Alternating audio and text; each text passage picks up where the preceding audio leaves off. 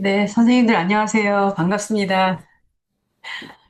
지난번에 5월 18일 날 좀 급하게 사정이 생겨가지고, 네, 말씀하신 대로 약간 건강 문제가 있어가지고 강의를 못하게 돼서 매우 죄송하게 말씀드리고요. 회장님 말씀대로 봄 강의가 여름 강의가 되었습니다. 네, 다들 전문가님들 앞에서 제가 이런 얘기 하려니까 좀 마음이 무겁고 긴장도 많이 되는데요. 보편적 설계하고 보편적 학습 설계 얘기를 좀 할게요. 그래서 요 기본 개념하고 그다음에 무용 수업에서 우리가 이제 지금 제가 이제 교육대학에 있기 때문에 요 교육대학이니까 초등교육 현장에서 무용 수업 할 때 이런 아이디어들을 어떻게 좀 적용할 수 있는지 그것들을 보면은 뭐 선생님들이 얻을 수 있는 좀 아이디어도 있을 것 같아요. 그렇게 강의는 진행할 건데요. 제가 이제 요 강의를 준비하면서 그 무용 수업 초중 고등학교 그러니까 요 교육적 맥락에서 무용 수업에서 보편적 학습 설계를 적용한 연구가 얼마나 있나 좀 많이 찾아봤거든요.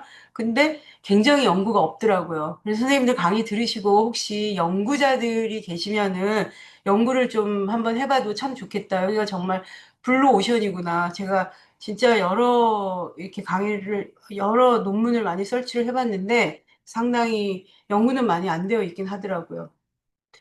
강의를 45분 정도니까 좀 빨리 얘기를 해볼게요. 강의 자료는 공유가 되었을 거라고 생각하고요.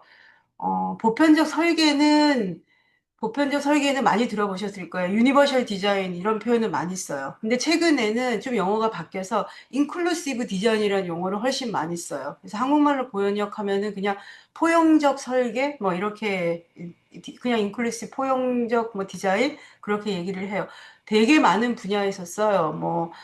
심지어는 교육 분야에서 당연히 쓰고, 그냥 예술 분야에서도 쓰고, 우리가 테크놀로지 분야에서 가장 적극적으로 써요. 우리가 기술 아이폰 같은 거 아니면은 기술들 많이 개발되잖아요. 이런 거 할 때 모든 사용자가 다 편리하게 사용할 수 있도록 우리가 디자인을 인클루시브하게 하는 게 굉장히 중요한 화두가 되었고 미국 같은 경우에는 법이 어떠한 물건을 만들 때 그 물건을 사용하는 사람들에 대해서 제한을 두지 말도록 하는 법들이 특히 장애인들이 사용하는데 불편하지 않도록 우리가 만드는 게 법으로 만약에 불편하게 물건을 만들면 그거를 차별이라고 하는 법들이 있어서 이제 어메리칸 디서빌리티 액트라고 장애인법인데 그런 법들이 있어서 모든 회사들마다 소수자들을 다 고용해서 어떤 물건을 생산하면은 이게 누구든지 편리하게 사용할 수 있도록 그렇게 진행되고 있어요. 그 기술들이 결국은 개발되어서 비장애인들에게도 굉장히 편리하게 사용할 수 있는 기술들이 많은 것 같아요. 그래서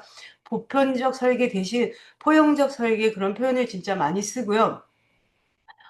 또 최근에는 책들이 진짜 많이 나와 있어요. 제 조카도 지금 대학에서 디자인을 전공하는데 수업에서 정말 이 다른 특성을 가진 사람들을 위한 그런 디자인을 수업에서 진짜 많이 다룬다고 해요. 그래서 책들을 보면은 모두를 위한 디자인 혹은 다른 몸을 위한 디자인 이 책도 진짜 좀 재밌는데 이런 식으로도 책들이 진짜 많이 나와 있어요. 다 유니버셜 디자인에서 우리가 얘기하는 보편적 설계, 유니버셜 디자인에서 다 파생된 개념이고 어떤 면에서는 약간 진보된, 어떤 면에서는 약간 발전된 그런 개념이라고 이해하시면 될 것 같고요. 보편적 설계는 말 그대로 누구든지 편리하게 가능한 최대한으로, 가능한 가장 독립적이고 자연스러운 방법으로, 가능한 가장 폭넓은 상황에서 조정, 수정, 보조 장치나 특수한 솔루션을 필요로 하지 않고 다양한 연령이나 체격을 가진 사람 및 특정 신체적, 감각적, 정신 건강적, 지적 능력이나 장애를 가진 사람들에게 접근 가능하고 이해되며 사용될 수 있는 환경 구성 및 설계 이렇게 정의하고 있어요. 그러니까 사실 어린 아이부터 시작해서 노인들까지 눈이 보이는 사람부터 시작해갖고 아주 안 보이는 사람까지 우리가 선을 잘 움직이는 사람부터 시작해 잘 못 움직이는 사람까지 누구나 편리하게 사용할 수 있도록 처음에는 건물을 그렇게 짓는 거를 굉장히 중요하게 생각했거든요. 그게 이제 원래 나온 보편적 설계, 유니버셜 디자인의 개념인데, 이 건물이 유니버셜 디자인에서는 거의 교과서와 같은 건물이에요. UC 버클리에 있는 그 에드 로버츠 캠퍼스라고 하는 건데, 이 에드 로버츠가 접근성의 역사, 아니면은 장애인 권리의 역사, 뭐라고 해야 될지 모르지만, 굉장히 상징적인 인물이기도 하고 대단한 사람이기도 하고 한때 50년대 UC 버클리의 학생이었는데 이제 자기가 이 사람은 고령성 부전증이어가지고 신체가 자유롭지 못해요. 그리고 어, 목발을 짚으면은 좀 걸을 수는 있지만 신체 변형이 계속 일어나기 때문에 휠체어를 더 많이 이용하고 이제 그런 사람인데 학교를 가봤더니 학교를 다니는 게 너무 불편한 거예요. 그래서 그 불편함이 그냥 움직이는 불편함에서 끝나는 게 아니라 자기의 교육받을 권리를 진짜 많이 제한하고 그것 때문에 우리가 인생 자체가 축소되는 경우가 있잖아요. 그래서 그 권리를 위해서 대단히 싸운 사람이에요. 그래서 혹시 관심 있으시면은 그 넷플릭스에 보면은 클립 캠프라고 하는 이 영화가 있는데 그 영화가 이제 그 장애인의 권리를 획득하는 그런 역사와 관련된 건데 굉장히 흥미로워요. 근데 그런 데서 이제 활동을 하다가 이제 미국의 장애인 차별 금지법을 만드는데 굉장히 많이 역할을 하고 뭐 그런 인물 중에 하나고 이 장애인의 사실 이 사람의 활동이나 운동으로 이 전 세계 장애인의 차별이 진짜 어느 정도는 줄었다고 생각해요. 그래서 그 사람을 기념한 캠퍼스예요. 그래서 에드 로버츠 캠퍼스인데 요 건물은 이제 가보면은 이 캠퍼스여서 건물도 있고 그 앞에 뭐 마당도 있고 굉장히 여기가 지금 들어가는 입구예요. 그래서 들어가는 입구서부터 굉장히 평평하게 되어 있어서 누구나 편리하게 이용할 수 있도록 공평하게 사용할 수 있고 뭐 그냥 걷는 사람들 휠체어를 타는 사람들 다 편리하게 이용할 수 있도록 건물을 설계한 거예요. 그래서 아마 선생님들도 유니버설 디자인에 관심이 있어서 수업을 만약에 듣는다 아니면 어디서 강의를 듣는다 그러면 이 건물을 많이 보여줄 거예요. 그래서 알고 보면은 진짜 유명한 건물이에요. 딱 들어가면은 이 안에가 전부 다 여기 보면은 경사로로 되어 있잖아요. 그 경사로 굉장히 멋있게 디자인되어 있어요. 그래서 햇빛이 쫙 내리쬐면서 중앙이 경사로로 되어 있어가지고 누구든지 진짜 편리하게 이용할 수 있고 여기가 또 빛이 굉장히 밝아서 시각장애인들도 굉장히 편리하게 이용해요. 여기 지금 보면은 이게 되게 재밌는 건데, 요게 지금 어디냐면은 요 엘리베이터 바닥에 있는 스위치예요. 그래서 스위치를 우리가 위로만 누르는 게 아니라 발로도 우리가 스위치를 누를 수 있거든요. 그래서 누구든지 좀 편리하게 사용할 수 있는 그런 개념이 우리가 유니버셜 디자인이라고 하는 이제 개념인데, 선생님들 많이 아시겠지만 미드센추리 저는 사실 이런 거 전에는 잘 몰랐는데 유명한 가구 회사예요. 미드센추리라고 유명한 가구 회사인데 요 가구 회사가 지금 여기 지금 카렌 브랜마이어라고 이 사람도 아주 유명한 건축가예요. 그래서 아마 알고 보면 찾아서 보면은 굉장히 유명한 사람인데 이 건축가가 휠체어를 타는 사람이에요. 그래서 이 건축가하고 협업을 해가지고 집을 설계를 한 거예요. 그래서 굉장히 이제 뭐 휠체어를 타는 사람이나 뭐 손에 힘이 없는 사람이나 키가 작은 사람이나 뭐 모든 사람들이 굉장히 편리하게 사용할 수 있도록 했는데 그렇게 많은 것을 바꾸지 않았는데 접근성은 굉장히 좋아요. 그래서 여기 보면은 여기 지금 오븐인데 우리가 신체가 건강하고 뭐 이런 문제가 없는 사람들은 오븐에서 뜨거운 걸 꺼내면은 뭔가 우리가 헝겊으로 그거를 집어가지고 이렇게 꺼내가지고 옆에 가서 옮길 수 있잖아요. 근데 그게 굉장히 불편한 사람들이 많아요. 사실 좀 노인만 돼도 굉장히 불편하거든요. 그래서 요 오븐 바로 옆에 요 테이블이 아주 굉장히 흥미로운 테이블이에요. 여기서 바로 꺼내가지고 여기로 넣을 수 있고 그 옆에 이제 수전이라고 하는 거 우리가 손 닦는 건데 이 설계가 별거 아닌 것 같지만 진짜 많은 사람들을 편리하게 하고 여기가 또 다 휠체어들이 다 접근할 수 있도록 높낮이가 낮게 되어 있어가지고 뭐 이런 것들 그리고 또 테크놀로지가 지금은 발달해가지고 굉장히 좀 이런 것들을 하기가 용이해졌죠. 최근에는 우리 싱크대 같은 것도 올렸다 내렸다 하는 것도 많고 저희 집 부모님도 너무 나이가 많아가지고 지금 뭐 90살 넘고 아버지 돌아가셨지만 집을 이사를 갈 때 84살에 우리 아버지가 집을 이사를 갈 때 다 이 접근 가능한 형태로 다 바꿨었거든요. 그 중에 하나가 세면대 같은 거를 올렸다 내렸다 할 수 있도록 다 그렇게 바꿨는데 굉장히 편리하긴 하더라고요. 이런 것들을 이제 적용하는 건데 적용하는 게 이제 보편적 설계인데 보편적 학습 설계는 이런 아이디어를 수업에 가지고 와서 하는 거예요. 몇 가지만 좀 더 사례를 보여드리면요. 제가 말이 너무 빠르죠, 선생님들. 죄송해요. 말이 빨라요, 저. 여기 지금 최근에 그 나이키에서 진짜 많이 얘기하는 디자인인데요. 이런 거 진짜 지금 너무너무 많아요. 여기 보면은 이 나이키 운동, 여기 지금 디자이너들이 어떻게 해서 우리가 이거를 지금 디자인하게 되었나 하는 건데, 신발을 손을 넣어서 신발을 이렇게 신어야 되잖아요. 근데 그게 너무 불편하니까, 예, 이게 바꾸게 신는 사람들이 많아서,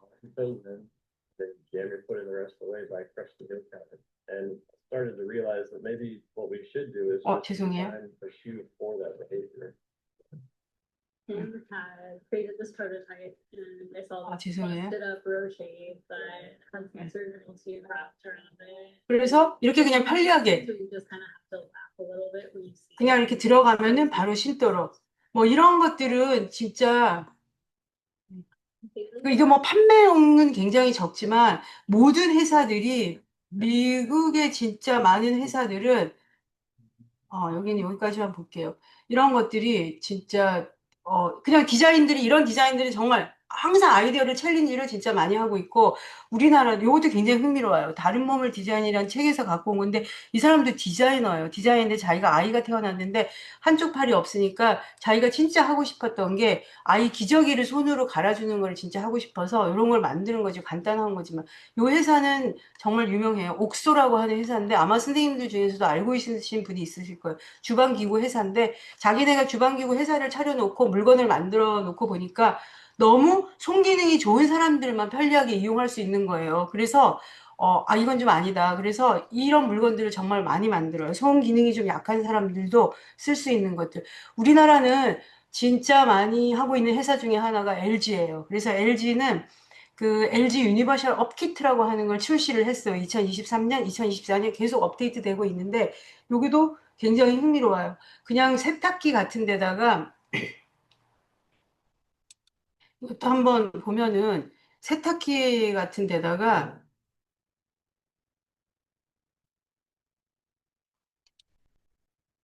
이렇게 냉장고에 이거 하나만 넣어도 문 열기가 굉장히 편리한 거예요. 세탁기도 이렇게 돌리는 거.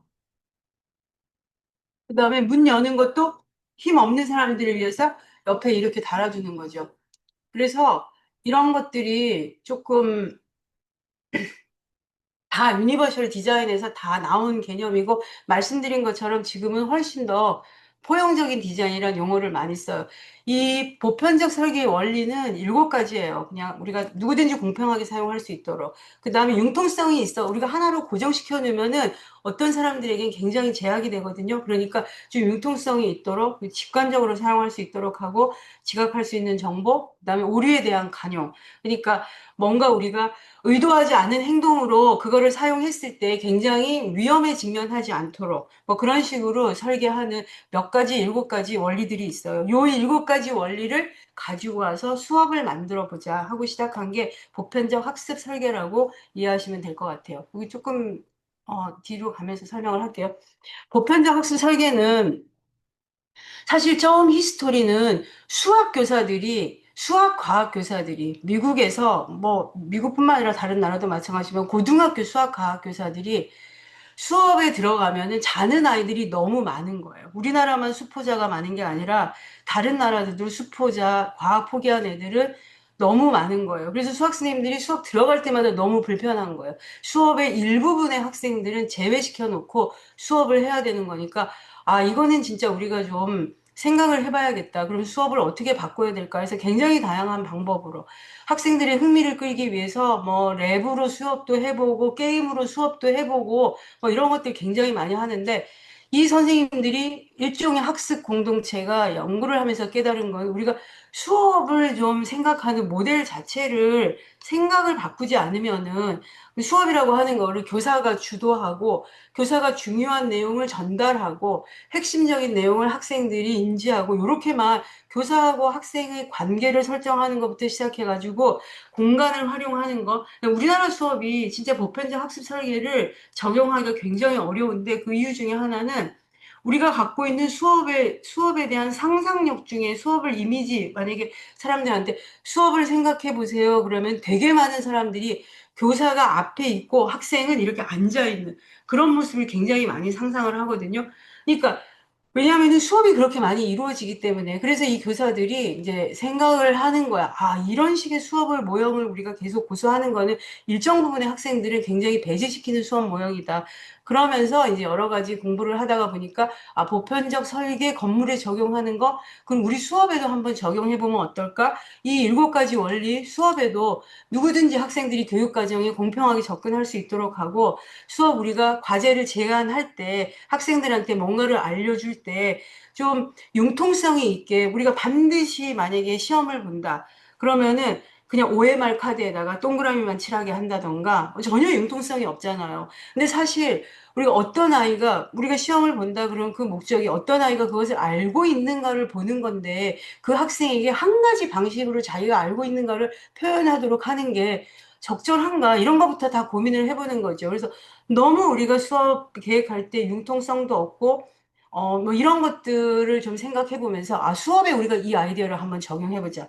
그러면은 학습 수준이 낮은 아이부터 모든 교실에, 어느 교실도 우리가 학습 수준은 차이가 진짜 높아요, 아이들이. 근데 사실 학습 수준만 분포가 넓은 게 아니라 굉장히 중요한 것 중에 하나는 학습 스타일도 진짜 다 달라요. 근데 여기 스타일이라고 하는 거는 제가 조금 이따 말씀드리겠지만 일종의 표상하는 방식, 개념을 이해하는 방식도 어떤 아이들은 언어로 설명해야 잘 이해하고 어떤 아이들은 보여줘야 잘 이해하고 어떤 아이들은 자기가 해봐야 잘 이해하고 선생님이 앞에서 1시간 동안 설명을 해도 한마디도 못 듣는 아이들도 있어요. 그렇게 언어적으로 우리가 뭐라 그러나 오디오 정보를 처리하는 방식 자체가 다른 아이들이 있기 때문에. 근데 수업은 그런 거를 전혀 고려를 하지 않고 만들어지는 경우가 굉장히 많거든요. 그래서 아, 이 보편적 학습 설계 생각해 보면서 수업을 우리가 학습자가 건물을 이용하는 사람들처럼 진짜 신체적인 조건부터 시작해가지고 학습에 대한 흥미부터 시작해갖고 학생들이 학습에 대해서 갖고 있는 배경 지식부터 시작해서 그다음에 뭐 학생들의 어떤 장애가 있는 아이들도 있죠. 그 중에서 어떤 아이들은 장애가 있고 이렇게 다 다른데 우리가 이 다른 아이들이 수업에 접근할 수 있도록 수업을 만들어 보면은 참 좋겠다. 그래서 우리가 보편적 설계 아이디어를 좀 갖고 와서 수업을 만들어 보자. 이게 이제 보편적 학습 설계의 핵심이고, 사실 미국 같은 경우에는 이 보편적 학습 설계가 아이디어가 나온 다음부터는 꾸준히 이게 좀 디벨로프가 되어가지고, 여기 제가 쬐끄맣게 써놨는데, Center for Applied Special Technology라고 하는, 이게 지금 사이트예요. 캐스트라고 우리가 그냥 읽는데, 국가에서 운영하는 일종의 우리나라 교육개발원 뭐 이런 것처럼 교육학습정보원과 같은 사이트예요. 그래서 이 사이트는 수업을 모든 학생들이 수업에 다 잘 접근할 수 있도록 어떻게 수업을 만들어야 될지에 대한 모든 과목, 모든 학년대, 연령대, 그다음에 모든 성취 기준에 따라 가지고 수업 아이디어를 굉장히 많이 제공해 주는 그런 사이트예요. 그래서 이 사이트가 미국 교육부에서 운영하는 사이트예요. 요거를 기본으로 해가지고 각 교육청마다 다 운영하고 있고, 사실은 미국의 교육법에 모든 학생을 위한 성공법이라고 All Children 뭐 Succeed 법이라고 하는데 그 교육법에 이런 내용은 들어가 있어요. 교사들이 수업을 만들 때 모든 아이들이 접근 가능하도록 수업을 만들어라. 그렇게 수업을 만들 수 있도록 우리는 모든 걸 서포트하겠다. 테크놀로지도 다 서포트하겠다. 그래서 뭐 내가 어떤 주제를 하나 넣으면은 낮은 수준의 아이들은 어떻게 참여할 수 있고 뭐 이런 것들이 쫙 그 수업 아이디어들이 굉장히 많이 나오는 그런 사이트들을 운영하고 있어요. 그래서 보편적 학습 설계 히스토리는 지금 그렇게 되는데 자, 그러면은 수업이 이렇게 학생들이 이 7가지 원리를 잘 적용하면은 수업이 굉장히 많은 다양한 능력을 가지고 다양한 흥미를 가진 학생들이 참여할 수 있도록 수업을 만들 수 있어요. 뭐 어떻게 수업을 만들면은 이 원리들이 실현될 수 있을까?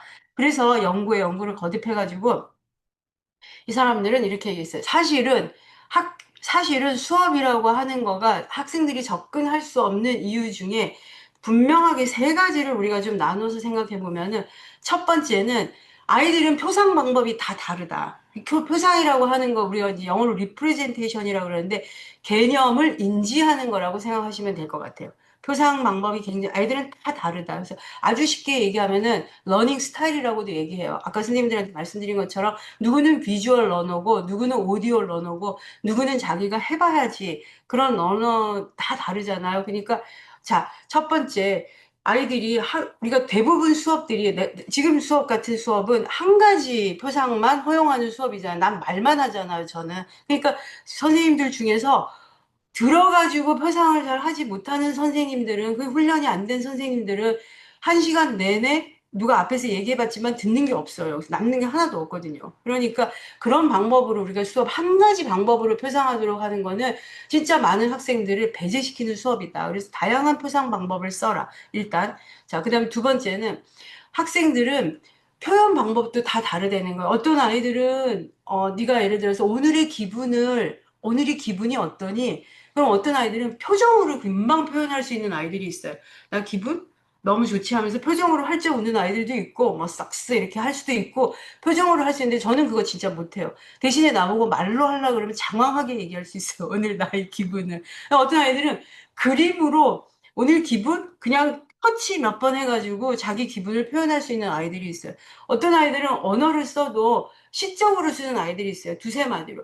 근데 선생님들 생각보다 우리가 이제 어른이 되면은 학교를 12년을 다니면은 언어로 표상하는 거에 노예가 되어요. 왜냐면 학교는 그것만 허용하기 때문에 네가 아는 건 말로 해. 네가 아는 건 글로 표현해. 네가 아는 건 그리고 우리는 다 말로 얘기해 줬어. 이 학교는 그것만 계속 강조하기 때문에 어느 순간 학생들은 자기가 잘하지 못해도 어느 정도 거기에 적응을 해요. 그래서 어른들은 언어로 얼마만큼 다 표상을 해요. 근데 아이들은 1학년, 2학년, 3학년, 특히 초등학교 아이들은 사실은 정말 표상 방법이 다르기 때문에 어떻게 제시해주고, 그다음에 어떻게 네가 뭘 하도록 허용해 주냐에 따라 가지고 내가 이 과업 안에 어떻게 참여하고 있는지 자기가 느끼고 충만하게 생각하는 건 다 너무 다르다는 거예요. 수업 만들 때 그것도 고려해라. 그다음에 이제 세 번째가 사실은 가장 어렵고 가장 힘든 부분 중에 하나인데 아이들마다 실제로 우리가 자 예를 들어 갖고 뭐 중학교 1학년 수업을 한다. 그리고 중학교 1학년에 무용과 수업을 한다. 그러면 무용은 지금 이 체육 교과 안에 표현 영역으로 포함되어 있는 것 같더라고요. 교육과정의 성취 영역에서. 네. 그럼 이 표현과 관련해 가지고 우리가 이제 학생들이 갖고 있는 그 수준이 있을 거 아니에요. 학생들이 갖고 있는 수준이 있을 건데 사실은 학생들마다 이 수준이 굉장히 달라요. 자기의 어떤 사회 문화적 배경도 다르고 지능도 다르고 학교에서 얼마나 학습에 열심히 참여했냐에 따라 다르고 그래서 학년이 올라갈수록 학생들이 갖고 있는 수준이 다른데 대개 학교는 일정 어떤 우리가 수업에서 참여하도록 하는데 일정한 수준을 요구하는 게 굉장히 많아요. 이 수준이 되면은 그 수업에 몰입을 할 수가 있는데 그 수준이 안 되면은 예를 들면 선생님이 오늘 자 사회과 수업을 하는데 민주주의에 대해서 배우겠어. 근데 오늘 국회에 대해서 우리가 국회의원들이 무엇을 하는 것인가 이런 얘기를 해보겠어. 그러면은 예를 들면 여의도에 사는 아이들은 동네 옆에 국회의사당이 있어요. 그리고 국회가 이렇게 국회라고 하는 게 되게 익숙한 곳이에요. 그런데 훨씬 그런 거 한 번도 못 보고 다른 지역에 사는 아이들은 뭐 요새는 우리가 TV를 다 같이 보는 시절도 아니니까 그런 용어도 잘 안 들어본 애들도 있어요. 생각보다. 잘 모르고 너무 익숙하지 않은 거예요. 이 영어를 이해하는 것도 너무 차이가 나니까 선생님이 자, 예를 들면 우리 아버지가 국회의원이다. 그럼 그 수업이 너무 흥미롭겠죠. 그냥 하는 거예요. 근데 이런 것들은 너무 많은 거예요. 그래서 자, 세 번째, 이 학생들에게 우리가 수업이 공평하게 아이들에게 접근할 수 있게 하려면은, 진짜 다양한 능력을 가지고 잘 하려면은, 수준이 낮은 아이들도 참여할 수 있도록 수업은 좀 만들어줘야 된다. 수업이 항상 어떤 수준에서 어떤 수준을 요구하는 수업을 만드는 거는 계속 누적되면서 학생들을 배제하는 거기 때문에 다양한 참여 수준을 고려해라. 여기서 다양한 참여 수준이라고 하는 건 낮은 수준의 아이들도 참여할 수 있도록 수업을 만들어야 된다. 그래서 요 세 가지. multiple means of 뭐 representation 뭐 이렇게 얘기하거든요, 영어로. 그러니까 표상을 굉장히 다양하게 학생들의 다양한 표상 방법을 허용할 수 있도록. 그다음에 학생들이 자기가 학습한 거를 다양한 방법으로 표현할 수 있도록. 그다음에 아주 낮은 수준의 아이들도 일정 부분은 수업에 인할 수 있도록 수업과 자기를 연결할 수 있도록 이렇게 수업을 만들면은 그들이 얘기한 보편적 설계의 이런 원리들을 우리가 어느 정도 실현할 수 있는 수업을 만들 것이다. 이제 그렇게 연구를 하고 굉장히 많이 실험도 해보고 한 거예요. 그래서 이거는 진짜 좀 맞는 것 같아요. 제가 수업을 이렇게 좀 해보면은. 그래서 지금 말씀드린 것처럼 사실은 여기가 제일 어려운데 참여 수단이라고 하지만 굉장히 낮은 수준의 아이들도 참여할 수 있도록 수업을 좀 만드는 게 좋겠다. 그 다음에 표상도 다양한 방법으로. 표상은 이제 사실은 교육에서 진짜 중요한 개념이에요. 학생들이 이 개념이나 우리가 뭘 가르치려고 할 때 어떻게 이해하는가 하는 건 되게 중요한 개념인데 특히 내가 표상하는 방식이 아닌 다른 방식으로 표상하는 사람들은 우리가 이해하기가 진짜 어려워요. 저는 비주얼 러너는 아니거든요. 시각적으로 표상하는 사람은 아니고 아마 어느 한때는 내가 시각적으로 표상했을지도 모르겠는데 그냥 우리는 모범생으로 학교 다녔으니까 지금은 진짜 언어로 많이 표상하는 스타일인데 요 지금 그림은 굉장히 흥미로운 그림이에요. 이거는 이제 사실 자폐성 장애를 가진 아이가 그린 건데 우리 영화에 어쩔 수가 없다의 한 장면에 등장하기도 했어요. 요 그림이. 그 박찬욱 씨가 요 사람의 히스토리를 듣고 이게 너무 재밌어서 이 그림을 자기 영화에 갖고 와서 썼는데 이 사람은 음악가인데 지금은 대학교 1학년인데요. 발화는 전혀 안 돼요. 말은 하지 않는데 음악은 이제 모든 악기는 거의 다 다뤄요. 초등학교 3학년 정도부터 해서 우리 학교에 다녔던 내 대학원생 특수교육 전공하는 석사에서 특수교육 전공하는 특수교사가 이 학생의 교사였었어요. 그래서 내가 이 학생을 잘 아는데 이게 지금 악보예요, 악보. 이 사람은 음악을 들으면은 그 음악이 바로 비주얼로 표상이 되는 거예요. 그래서 이게 지금 이런 악보인데 그래서 이 그림 그리는 방법도 굉장히 특이해요. 빨간색부터 그리고 모양도 일정한 자기가 그리는 순서가 있는데 그냥 보통 사람들이 보면은 얘는 음악을 듣고 머릿속에 무슨 생각이 들어가는지를 이해하기가 굉장히 어려운데 다 다르다는 거야. 애들마다 표상하는 방식들이 굉장히 다른데 학교는 사실 이렇게 비주얼로 표상하는 아이들의 표현 방법도 잘 허용하지 않고 그다음에 이렇게 표상하는 아이들을 위해서 우리가 비주얼로 계속해서 뭘 제공해 주는 것도 굉장히 제한적으로 하고 있거든요. 그러니까 이렇게 표상하는 아이들은 학교에 와서 수업을 들으면은 잘 이해하기 힘들고 다 잘 따라하지 못하는 거지. 그래서 수업을 진짜 좀 그렇게 만들어 보면 좋겠다. 이제 그런 얘기를 했어요.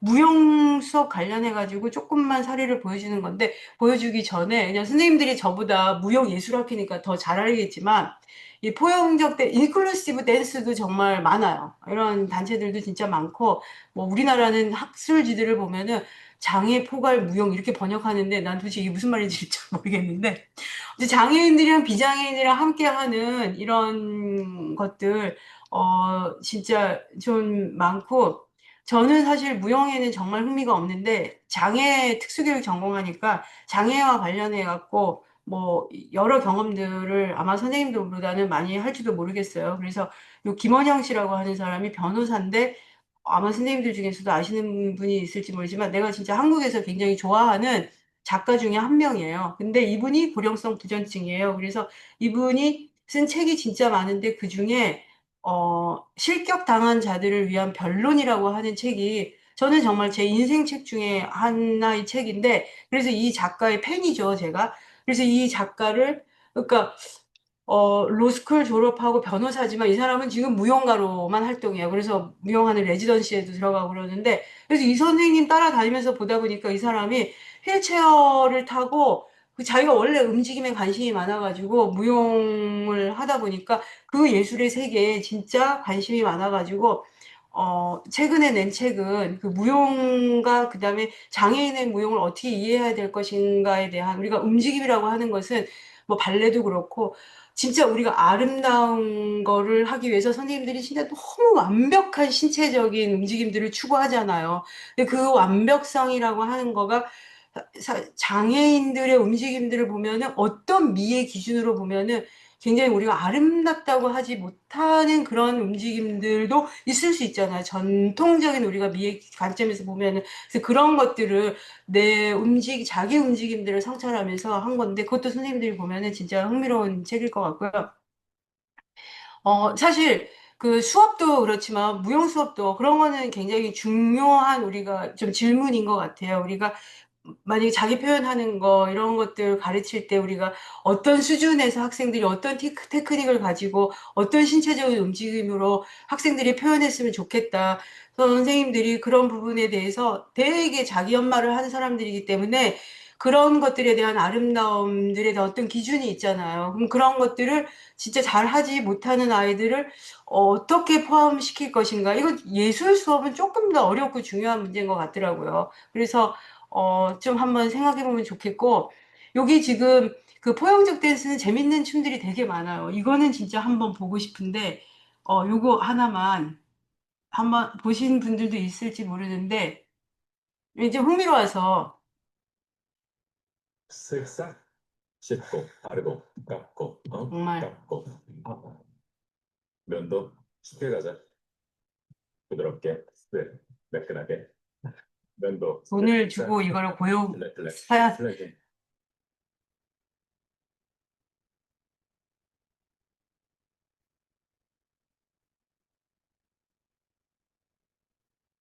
이게 좀 4분 기니까 조금 뒤에서부터 볼게요.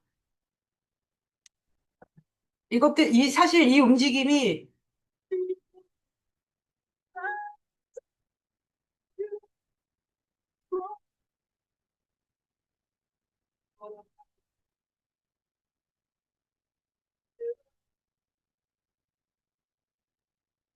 조금 뒤로 갈게요. 아빠 차? 알았어. 요거, 놓고 갈게. 놓고 갈게. 갈게. 아니, 아니. 자, 자, 안아. 갈게.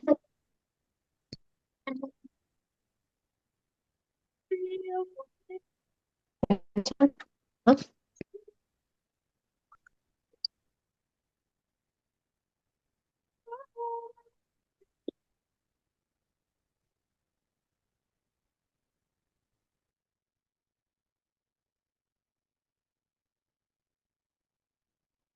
이게 제목이 더 코스트 오브 리빙이에요. 이 피지컬 시어터는 항상 저기, DVA 피지컬 시어터는 항상 이게 장애인들이랑 작업을 많이 하는데,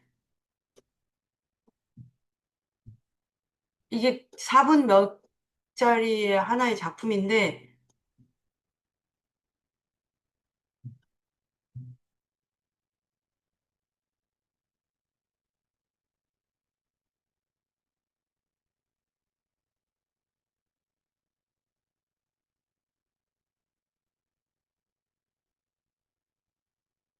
근데 요 뒤에 가서 이분들이 하는 움직임이 진짜 뇌성마비인들의 하는, 요 뒤쪽으로 가면은,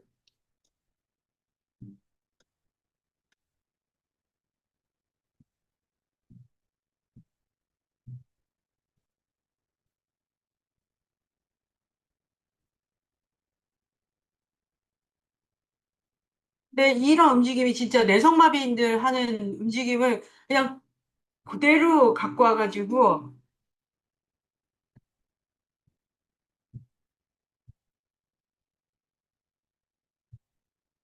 하는데요. 우리가 이제 시간이 없으니까 이걸 다는 볼 수가 없고. 근데 재밌는 움직임들이 굉장히 많아요. 이들이 하는 이 DVA 이 사람들이 항상 아까 첫 번째 나온 사람도 자폐성 장애인의 혼자 이렇게 움직이는 이 막 감각적으로 이렇게 하는 거 있잖아요. 그거를 진짜 그냥 이렇게 약간 신체적인 어떤 아름다움을 형상했는데 굉장히 재밌는데 그 여기 진짜 보면은 제가 최근에 나온 넷플릭스에 최근에 나온 영화 중에 I Move라고 하는 나는 움직인다라고 하는 영화가 하나 올라왔는데요. 여기가 이제 그 자폐성 장애인인데 안무가예요, 안무가. 안무가인데 이 사람이 그것도 되게 재밌더라고요. 전 재밌게 봤는데 어 최근에 이제 자폐성 장애인이라고 진단을 받았어. 근데 이 사람이 자기가 춤이라고 하는 거에 몰입한 순간이 뭐냐면은 자폐성 장애인은 확실한 것 같아요. 어렸을 때 이렇게 하면서 삥삥삥삥 도는 거. 그 자폐성 장애인들 움직임, 그거를 진짜 많이 했대요. 근데 자기가 그 움직임이 너무 좋았는데 그 가족이 그 움직임을 약간 무용으로 바꿔준 거예요. 보통은 이렇게 막 움직이면은 그게 이제 다른 사람들하고 구분되기 때문에 너무 자폐처럼 보이기 때문에 그거를 막 하지 말려고 되게 말리는데 그 집에서는 이거를 그러니까 계속 돌 수 있는 거예요, 이 사람은. 계속 돌 수 있으니까 그거를 그냥 무용가들이 계속 도는 것처럼 계속 돌게 하고 그거를 그러다 보니까 이렇게 팔도 펼치고 이러면서 자기 신체를 가지고 막 이렇게 표현하는 거를 이제 학습하게 된 거지. 그래서 꽤 유명한 안무가인 것 같더라고요. 그래서 자기의 일생, 요 다큐멘터리는 자기의 그런 어떤 자폐가 있기 때문에 겪는 그런 일생을 그냥 무용으로 이렇게 이제 그래서 작품을 올린 거를 보여주는데 굉장히 흥미롭고, 여기 아마 강의 자료를 나눠 가지시면은 여기 영상들을 보면은 되게 흥미로운 게 많아요. 저는 이제 이 김말리라고 하는 일본 사람인데 진짜 제가 좋아하는 사람 중에 나의 인생의 롤 모델 중에 한 명인데 소아마비예요. 그리고 이렇게밖에 못 움직이는 사람인데 이 사람은 제가 옛날에 우리 오빠랑 유럽을 갔을 때 아비뇽을 갔을 때 진짜 충격적인 경험 중에 하나인데 그 무용 축제를 하고 있었어요. 그래서 아비뇽 축제를 영국 축제 하고 있어 거기 이렇게 무대 이렇게 앉아 있는데 불이 꺼지면서 사람들이 등장을 하는데 어디서 등장하는데 등장을 안 하는 거예요. 근데 이렇게 보니까 뒤에서 사람들이 기어서 나오는 거예요. 기어서 나오는데 다 옷에 타이즈를 입고. 근데 다 소아마비여갖고 몸들이 다 뒤틀렸어요. 비틀어지고. 그래서 전 너무 충격이었어요. 이 사람들이 이거 다 타이즈를 입고 이렇게 나오면은 어떻게 하나. 근데 아마 특수교육을 전공하게 된 어떠한 이유 중에 하나도 여기에 들어갔는데, 그때 내가 교육학과를 졸업했기 때문에 전혀 상관이 없는데, 너무너무 신기했는데, 그게 이 사람이 이끄는 무용단이었어요. 타이엔이라고 일본의 무용단인데, 그냥 소아마비인들만 참여할 수 있는 무용단인데, 최근에 2022년도에 이 사람이 한 무용 중에, 이건 뭐 딴 얘기니까 빨리 넘어가는데 되게 재밌는데, 소아마비니까 이 불수위 운동을 진짜 많이 하거든요. 그냥 뭐 자기가 컨트롤을 못 하는데 이거를 넣어가지고 작품을 만든 거예요. 그래서 이 사람이 이 작품을 만들면서 자기가 쓴 글 중에 아름다움이란 무엇이고 움직임이란 무엇인가에 대한 글을 혹시 선생님들이 관심 있으면 꼭 한번 읽어보면 진짜 좋겠다. 그런 생각을 해서 갖고 왔습니다. 보편적 학습 설계 수업 이제 시간이 얼마 안 남았으니까 무용 수업에서 만약에 우리가 좀 한다 그러면은 사실 초등학교 6학년 지금 표현 활동, 우리가 6학년 체육, 이게 표현으로 들어가 있으니까 보면은 표현 활동 유형을 수용하고 움직임 표현의 아름다움을 추구하는데 이런 것들이 이제 성취 기준으로 되어 있거든요. 그러면은 우리가 수업 과정에서 이제 무용 같은 거 할 수 있잖아요. 그러니까 좀 훨씬 표현으로 되어 있어 갖고 자유로운 부분은 굉장히 많은 것 같아요. 그래서 약간 우리가, 좀, 뭐, 주제 같은 것도 좀 다양하게 제시해주고, 그 다음에 이제, 이런 거가 사실 아이들이 표상을 다르게 한다는 게 되게 중요한데, 우리가 무용을 할 때, 이렇게 해봐. 이런 동작들을 할 수 있어. 이렇게 시범을 보여주잖아요.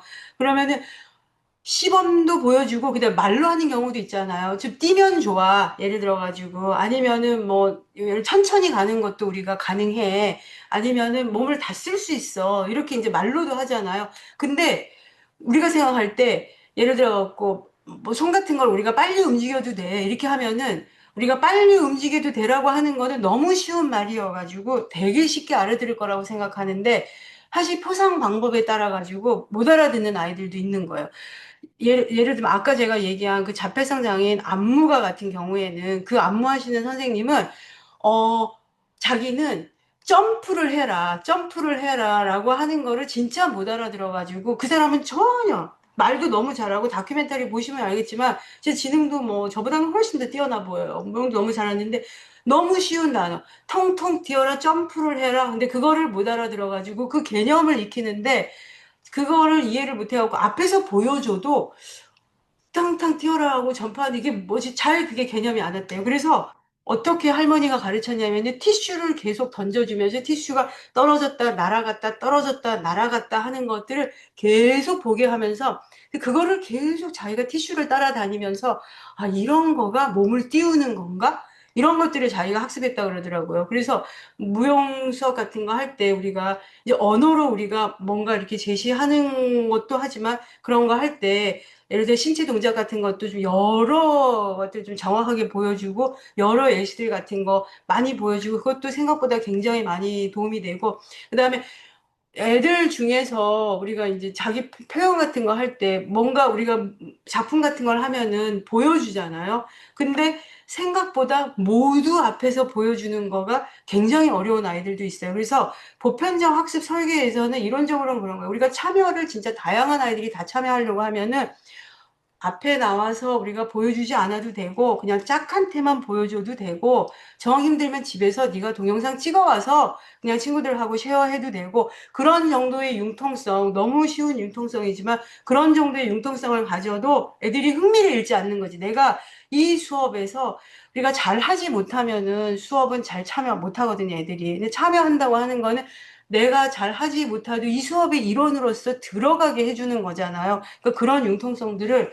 진짜 좀 많이 좀 주면 좋겠다. 그 다음에 이제 우리가 뭐 무용 같은 거 작품 같은 거 만들 때도 저도 진짜 수업하면서 이게 항상 딜레마인데 애들 중에서 그룹으로 뭘 하기를 되게 힘들어하는 아이들이 좀 있어요. 그러면은 이제 혼자 하는 거를 허용해 줄 때도 있거든요. 근데 이게 진짜 항상 딜레마고 어렵긴 해. 우리가 평가를 어떻게 공정해야 될 것인가 뭐 이런 것들 때문에 어려운데 이런 옵션들을 좀 많이 주는 거. 그냥 혼자 할 수도 있고 그다음에 뭐 이런 것들을 좀 많이 하는 게 좀 도움이 된다. 뭐 그런 얘기들이에요.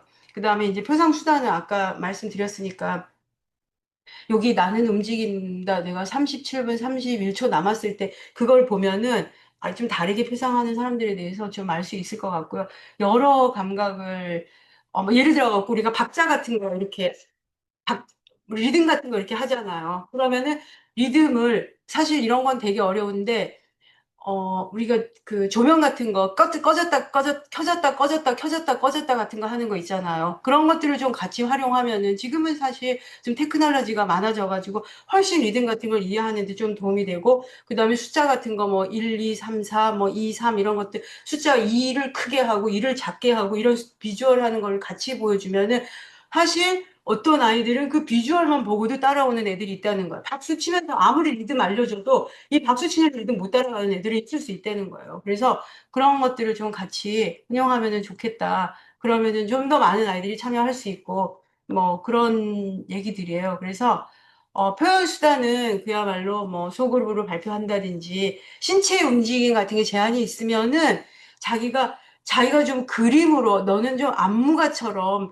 그려봐라 한번 이런 어떤 움직임을 하면 좋은지 자기가 하는 거는 제한이 있지만 우리가 사실 우리 대학 같은 경우에도 장애를 가진 아이들도 들어오고 있거든요. 그러면은 이제 그런 아이들한테 우리가 출발선이 다르기 때문에 어떻게 참여하게 할 것인가는 좀 중요한 문제인 것 같은데 약간 안무 노트 같은 걸 좀 허용해 주거나 이런 것들도 한번 고려는 해볼 수 있다는 거예요. 그래서 약간 작품 전체가 아니라 한두 가지 동작만 하는 것으로도 얘는 참여를 하도록 이렇게 연결시켜 준다거나 뭐 이런 것들이 조금 할 수 있고 말씀드린 것처럼 그 보편적 학습 설계 무용 수업에서 보편적 학습 설계를 적용한 연구를 정말 많이 설치를 했는데 사실 논문을 찾는 데는 실패했고 다만 그런데 그 장애인들이 무용 수업에 어떻게 같이 참여하게 해야 될지 이 보편적 학습 설계는 모든 아이들의 수업에 다 적용할 수 있지만 장애 아이들이 개별 요구가 높으니까 장애 아이들이 통합되어 있는 학급에서 더 선생님들이 좀 적극적으로 사용하려고 그러고요.